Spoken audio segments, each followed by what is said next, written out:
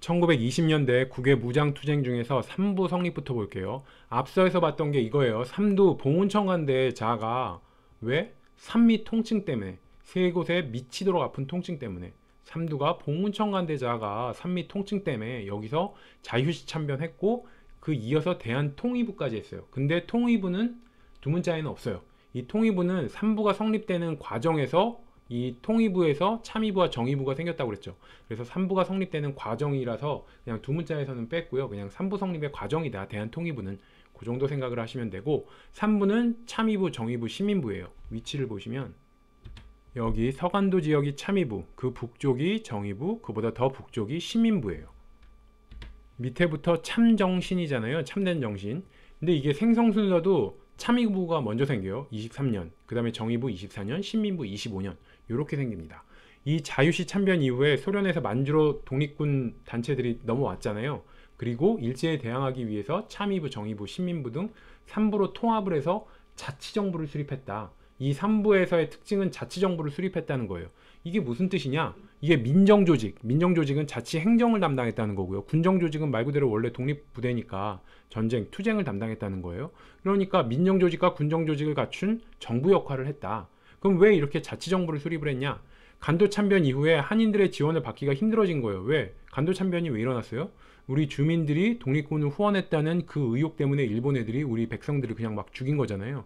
그러니까 한인들 그냥 지원을 받기가 힘들어진 거예요. 그래서 독립군이 전략을 수정을 해서 무장투쟁에만 주력하기보다는 우리가 이곳 지역의 한민족의 자치를 담당하는 자치정부 역할을 해야겠다. 이런 특징이 있습니다. 삼부 성립에는. 자, 연도암기 볼게요. 자유시 참변은 21년이에요. 어떻게 외우라고 그랬죠? 아, 자유시 참변 우리 민족끼리 서로 죽고 죽이는 너무 슬픈 일이에요. 그래서 아, 자유시 참변 이 일은 아, 너무 슬퍼. 너무 비극적이야. 이렇게 생각을 하셔도 아, 이 일은 너무 슬퍼 해서 이 일 21년이다. 이 자유시 참변 다음에 대한통일부가 생겼다고 그랬어요. 그래서 22년이 되는 거고요. 어떻게 외우라고 그랬죠? 자유시 참변 너무 슬프죠. 너무 아파. 그래서 자유시 참변 때문에 너무 아프니까 다음에 대한통일부가 나오더라. 이런 식의 암기법은 일본이 고문 정치를 펼치죠. 고문을 하니까 너무 아파. 그래서 고문 정치 다음에 나온 게 뭐냐? 통감 정치다. 아프니까 통감 정치가 나왔다. 말 그대로 자유시 참변 아, 너무 아파. 너무 아파서 그 다음에 대한통일부가 생겼다. 그래서 자유시 참변 2일 너무 슬퍼 21년, 대한통일부 22년. 대한통일부 다음에 이 과도기고 3부가 성립됐다고 그랬잖아요. 참정신. 그래서 대한통일부가 22년, 참의부 23, 정의부 24, 신민부 25년. 이렇게 1년의 연도 순서로 외우시면 돼요. 참의부부터 볼게요. 이거는 임시정부 육군주만 참의부라고도 부르고 23년에 생겼다고 말씀드렸죠. 위치는 서간도 지역 압록강 있는데요. 이게 임시정부에게 남만주의 군정부로 인정해 줄 것을 요청을 했어요. 그러니까 임시정부가 오케이 이렇게 하면서 임시정부의 직할 부대로 육군주만 참의부라고 부르는 거예요. 이게 무슨 뜻이냐? 임시정부의 육군인데 주만, 만두의 주둔에 있는 참의부다. 임시정부의 육군으로서 만주의 주둔에 있는 참의부다. 그래서 육군주만 참의부가 되는 거예요. 그래서 주만이 아, 만주의 주둔에 있는 육군, 임시정부의 육군인데 만주의 주둔에 있는 육군 이렇게 생각을 하시면 됩니다. 일전에 임시정부 할 때 말씀드렸어요. 이 서간도 지역에 있는 독립운동 단체들이 임시정부와 관련이 많다. 근데 이 서간도가 바로 참의부죠. 그래서 참의부가 이제 임시정부와 좀 관련이 많다. 위치로 보면 여기가 상하이고 이쪽이 서간도 참의부고 그 위가 정의부, 더 위가 신민부잖아요. 그러니까 당연히 위치상으로 참정신 중에서 참의부가 가장 가까우니까 참의부가 상임시정부와 좀 관련이 깊더라. 정의부는 위치가 참의부 위죠. 3부 중에서 특징이 규모가 가장 커요.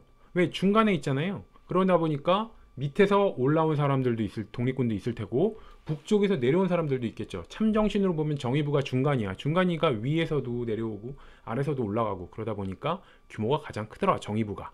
신민부는 북만주 일대예요. 가장 북쪽이죠. 그거보다 더 북쪽엔 소련이 있죠. 그러니까 자유시 참변으로 소련에서 흩어져서 내려온 이 독립군들 모인 데가 주로 신민부다. 이렇게 생각을 하시면 돼요.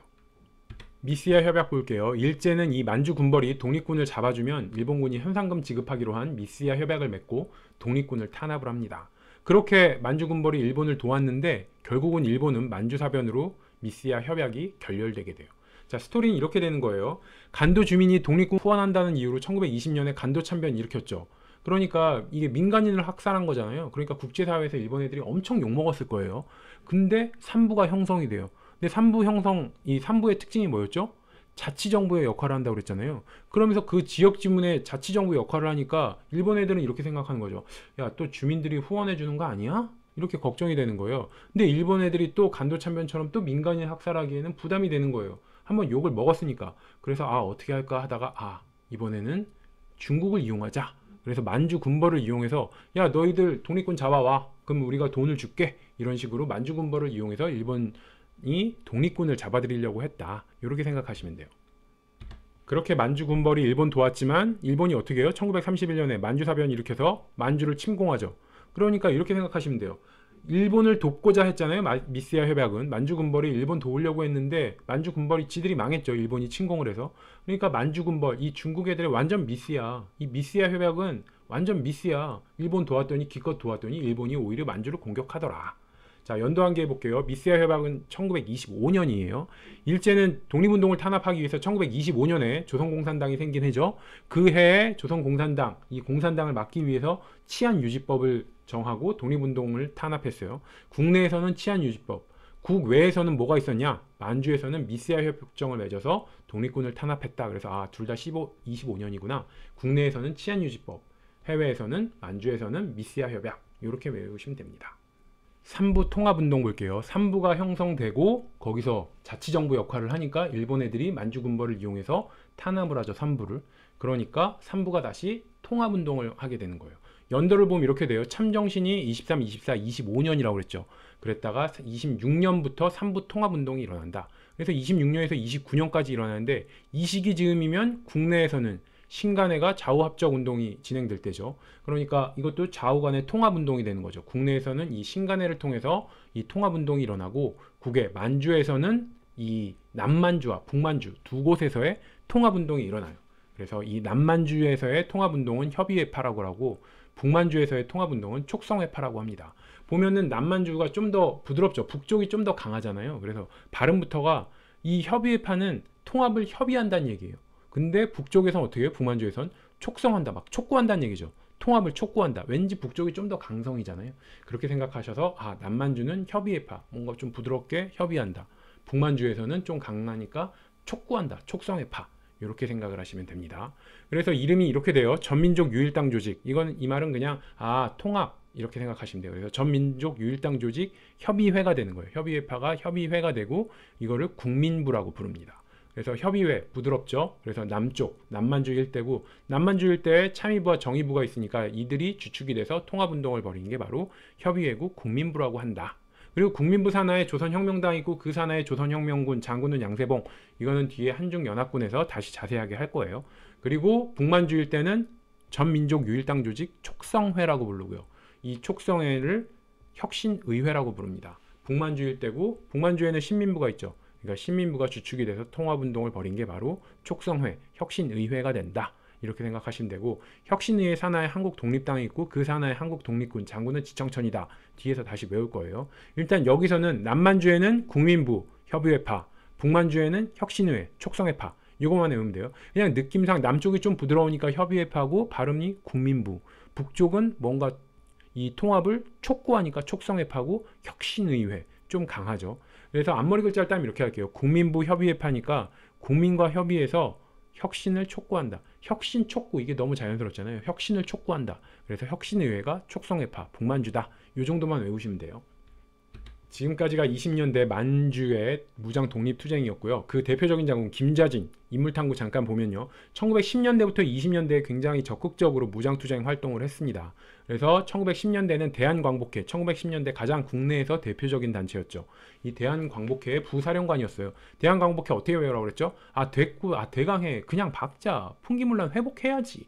이게 두 문자로 이렇게 있고 이 박자에서 좌가 김자진 장군, 박은 박상진이에요. 그래서 두 번째니까 아, 대한광복회 부사령관이었구나. 가장 대표적인 활약은 20년대 청산리 전투죠. 그래서 북로 군정성군의 총사령관이 돼서 청산리 전투를 승리로 이끕니다. 그래서 청산리 전투 이기고 근데 간도 참변을 겪죠. 그러니까 김자진은 대한독립군단을 조직해서 소련으로 가요. 근데 거기서 자유시 참변을 겪죠. 그래서 다시 중국 쪽으로 내려오는데 그래서 신민부로 내려와서 신민부에서 활동을 합니다. 그리고 신민부가 뭐였어요? 삼부 통합운동을 할 때 북쪽이었으니까 혁신의회, 뭔가 혁신을 촉구하는 촉성의파, 혁신의회죠. 그래서 이 시민부에서 활동을 하다가 3부 통합운동 때는 혁신의회를 주도한다. 여기까지 생각을 하시면 됩니다.